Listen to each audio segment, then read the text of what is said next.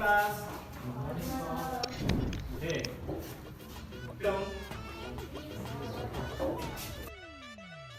इतिहासलाई हामीले कहिले पनि बिर्सिनु हुँदैन। मैले हिजो पढाएको कुराहरू याद होला नि? रकेट, तौल? मलाई भन्नु सर? मलाई।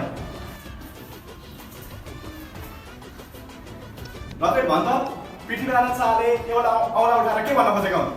पृथ्वीनारायण शाहले एउटा औँला देखाएर पक्कै पनि इक्जाममा एडिसन पेपरमा आएको हुनुपर्छ सर।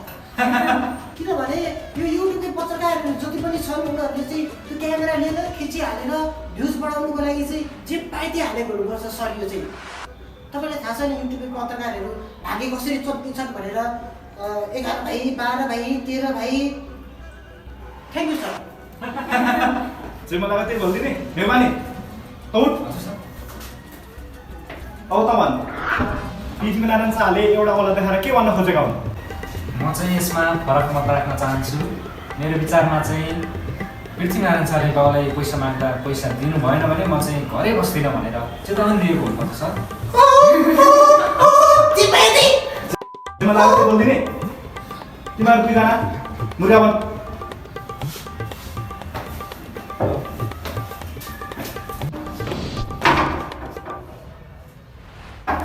टाइम तिमी भन त पृथ्वीनारायण शाहले एउटा औँला देखाएर के भन्न खोजेको? सर पृथ्वीनारायण शाहले एक औँला देखाएर नेपालको एकीकरण गर्दाखेरि नेपाल एक हो भनेर देखाएका हुन्। त्यही भनेको त सर मैले पनि। कचुप स्याबास डायमन्ड तिमी हाम्रो कलेजको अस्ति डायमन्ड हो। के हो यो तेरो कपाल? सर वाइल्ड लुक्स हो सर। यो वाइल्ड लुक्स जङ्गल जस्तो देखाएको छ। मान्छे बन्न सिक। त के छोरी मान्छे हो कपाल पार्नलाई?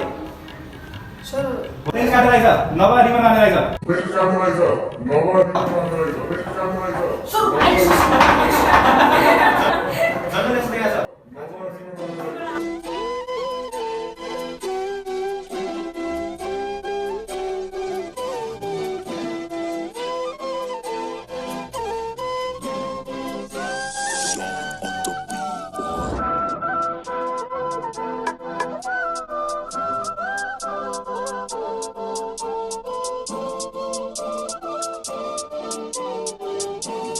डायमन्ड तिमी भन त पृथ्वीनारायण शाहले एउटा औँला देखाएर के भन्न खोजेको? सर पृथ्वीनारायण शाहले एक औँला देखाएर नेपालको एकीकरण गर्दाखेरि नेपाल एक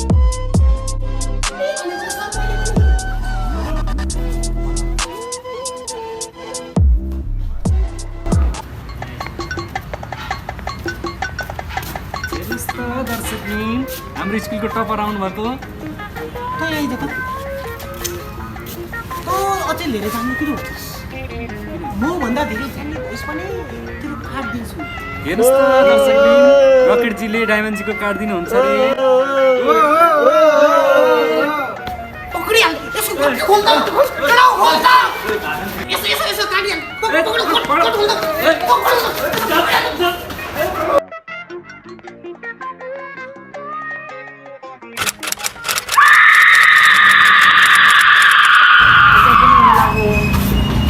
कसरी पास हुने होला? बढी जान थाल्यो है। बलेको बलेको त खेल्छ नि त। ओह नो त पास भएर गन्छ। भाग्ने के गर्ने? हेर्नुहोस् त रकेटजी मेरो दिमागमा कति बनेको। वाह हामी पास। कसरी? स्याबास डायमन्ड तिमी हाम्रो क्लासको अस्ति डायमन्ड हो। गुड मर्निङ डायमन्डजी। हजुरको ब्याग मलाई दिनुहोस्। हजुर बोल्नु भएको होला। हजुरलाई त बोक्नुपर्छ। बोक्ने चाहिँ कसले?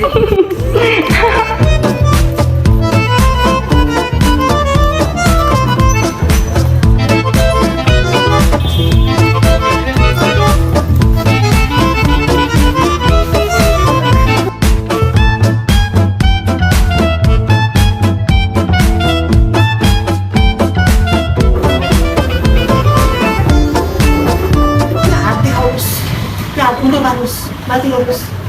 अन्त माफ गरिदिनुहोस् डाइमोजी, मबाट ठुलो गल्ती भयो। तपाईँ र म एउटा अब मित्र हो डाइमोजी। डाइमोजीले के हाल्नु त सब्जी? टाइमोजीले चिया हाल्नु थियो के भन्न खोज्नु भएको भाइ तपाईँले औजी डायमन्डजीलाई चिया हालिदिनु भन्नुभएको के गर्नु भएको डक्टरजीले डायमन्डजीसँग घनिष्ठ फ्रेन्डसिप मित्रता राख्न चाहनुहुन्छ टाइमोजी मलाई थाहा छ तपाईँ अस्मितालाई धेरै माया गर्नुहुन्छ तपाईँ भन्नुहोस् कविलाई नै हाल्छ नि अस्मिताले अस्मिता तपाईँको भयो त्यस्तो होइन तपाईँ मन पराउनुहुन्छ कि त्यस्तो होइन तपाईँ वेयर बेस्ट फ्रेन्ड मेरो म फ्रेन्ड होइन हो हामी साथी हो तपाईँ मन पराउनुहुन्छ कि मेरो अस्मिताले अलिअलि अस्मिता तपाईँको अलिअलि डायमन्डसित देउता भनेको त देउते बोक्क पनि निस्किनु भयो त के बोले जे पाइदिए बोल्ने फिलिङ्स हुँदैन क्या मान्छे भएपछि मन पर्दैन तपाईँ ठिक हुनुहुन्छ म मिलाइदिन्छु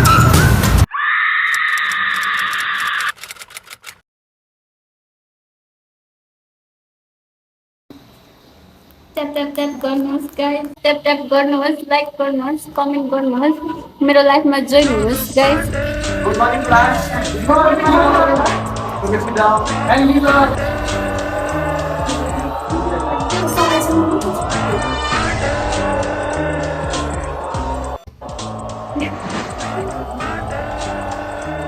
आजको शीर्षकको योगमा हजुर यो शीर्षकमा हामीहरू माया भनेको के हो भनेर पढेको एक्चुअली चाहिँ हाम्रो माया सरले पढाउँदै हुनुहुन्छ मैले केही बुझेकै छैन तपाईँहरूले बुझ्नुभयो भने कमेन्ट गरिदिनुहोस् र हाम्रो माया सरको लागि गिफ्ट पनि दिनुहोस् है गाइस ट्याप गर्नुहोस् यसलाई फलो गर्नुहोस् लाइक गर्नुहोस् कमेन्ट गर्नुहोस्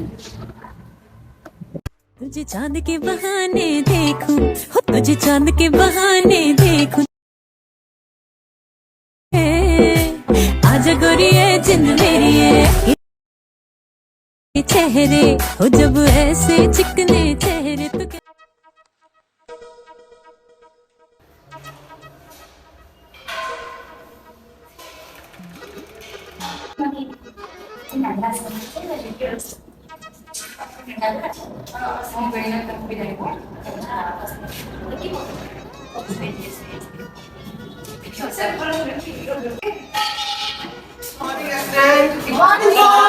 okay sit down thank you आज हाम्रो साइन्स होइन साइन्स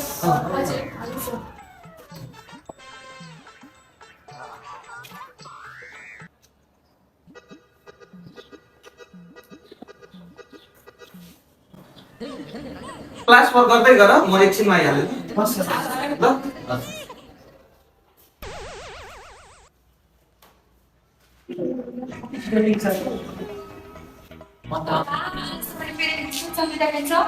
मसँग छ दुईटा पेन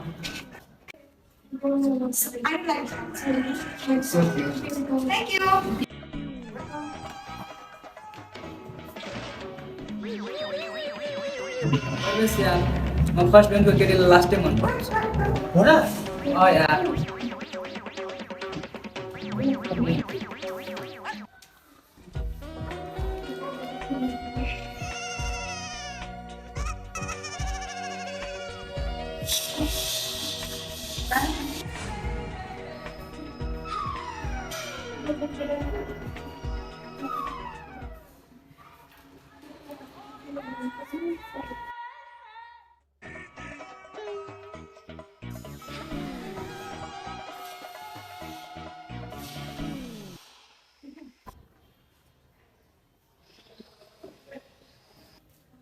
आज म फुलमायालाई जसरी भए पनि प्रपोज गर्छु आफ्नो मनको कुरा भनेरै छाड्छु आज फुलमायालाई म प्रपोज गरेन भने म मर्दको छोरो होइन म तिमीलाई प्रपोज गर्न आउँदैछु फुलमाया तिमी पर्खेर बस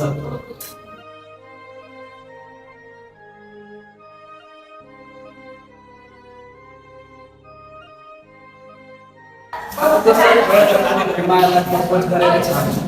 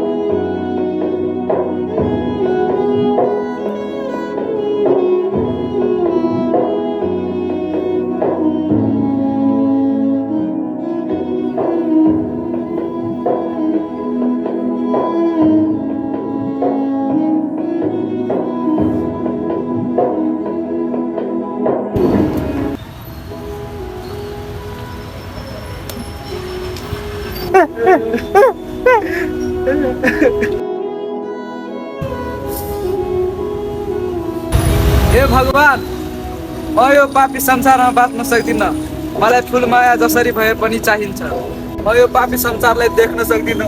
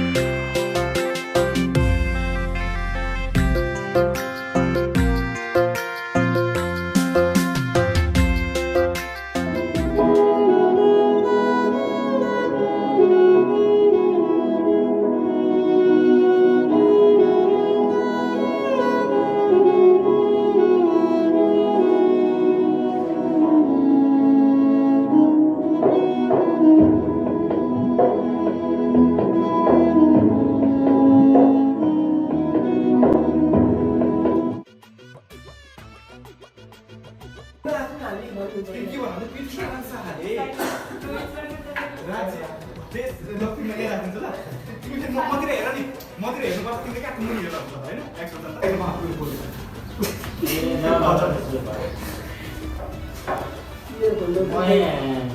सुटमा छु कि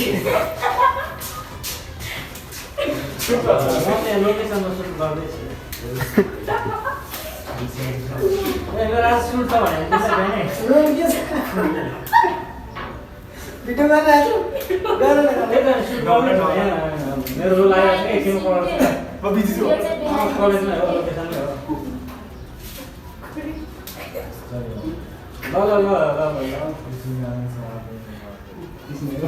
के